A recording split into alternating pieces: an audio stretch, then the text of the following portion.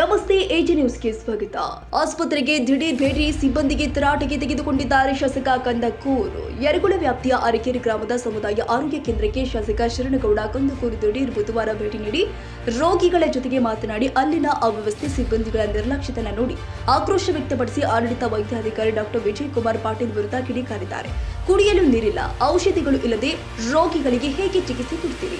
ದನದ ಕೊಟ್ಟಿಗೆಯಾಗಿದೆ. ಶಾಸಕನಾಗಿ ನಾನು ಆಗಮಿಸ್ತಾ ಇದ್ದೇನೆ ಎಂದು ನೀವು ಆಸ್ಪತ್ರೆಗೆ ಆಗಮಿಸಿದ್ದರಾ ಎಂದು ಪ್ರಶ್ನಿಸಿ ಆಕ್ರೋಶಗೊಂಡಿದ್ದಾರೆ.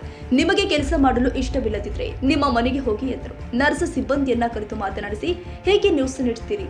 ರೋಗಿಗಳಿಗೆ ಗ್ಲೂಕೋಸ್ ಡ್ರಿಪ್ ಹಚ್ಚುವ ಪದ್ಧತಿ ಹೀಗೆಲ್ಲ ಅಂತ ಪ್ರಶ್ನೆ ಮಾಡಿದಾಗ ಸಿಬ್ಬಂದಿ ಯಾವುದೇ ಮಾತನಾಡದೆ ಮೌನಕ್ಕೆ ಶರಣಾದರು.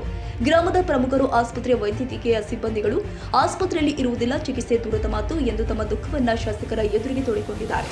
ಆಸ್ಪತ್ರೆಯ ಸಿಬ್ಬಂದಿಯ ಹಾಜರಿ ಪುಸ್ತಕ, ಔಷಧಿ ಕೋಣೆ ವೀಕ್ಷಿಸಿದ್ರು ಹಾಗೂ ಗ್ರಾಮ ಪಂಚಾಯಿತಿ ಅರಕೆರೆ ಸಂಜೀವನಿ ಒಕ್ಕೂಟ ಘಟಕ ಉದ್ಘಾಟನಾ ಸಮಾರಂಭವನ್ನ ಶಾಸಕರು ಹಾಗೂ ಅರಕೆರೆ ಮಠದ ಪೀಠಾಧಿಪತಿಗಳು ಆದ ಶ್ರೀ ಗುರುಲಿಂಗ ಮಹಾಸ್ವಾಮಿಗಳು ಉದ್ಘಾಟಿಸಿ ಮಾತನಾಡಿದರು. ತಾಲೂಕು ಪಂಚಾಯಿತಿ ಕಾರ್ಯನಿರ್ವಾಹಕ ಅಧಿಕಾರಿ ಬಸವರಾಜ ಶರಬೈ, ಪಂಚಾಯಿತಿ ಅಭಿವೃದ್ಧಿ ಅಧಿಕಾರಿ ಕಲ್ಯಾಣ ಕುಮಾರ್, ನಿರ್ಮಿತಿ ಕೇಂದ್ರದ ಕಿರಣ್ ಕುಮಾರ್, ಗ್ರಾಮ ಪಂಚಾಯಿತಿ ಅಧ್ಯಕ್ಷ ಬಸಮ್ಮ, ಉಪಾಧ್ಯಕ್ಷ ಅನುಷ, ಸದಸ್ಯರು ಆದ ಹನುಮಂತ ಎಸ್ ಮಿತ್ರ, ಪ್ರಭುಗೌಡ, ಶಾಂತಪ್ಪ ಇದ್ದರು. ಇನ್ನು ಅನೇಕ ಗ್ರಾಮ ಪಂಚಾಯಿತಿ ಸಿಬ್ಬಂದಿ ಹಾಗೂ ಕಾರ್ಯಕರ್ತರು ಹಾಜರಿದ್ದರು.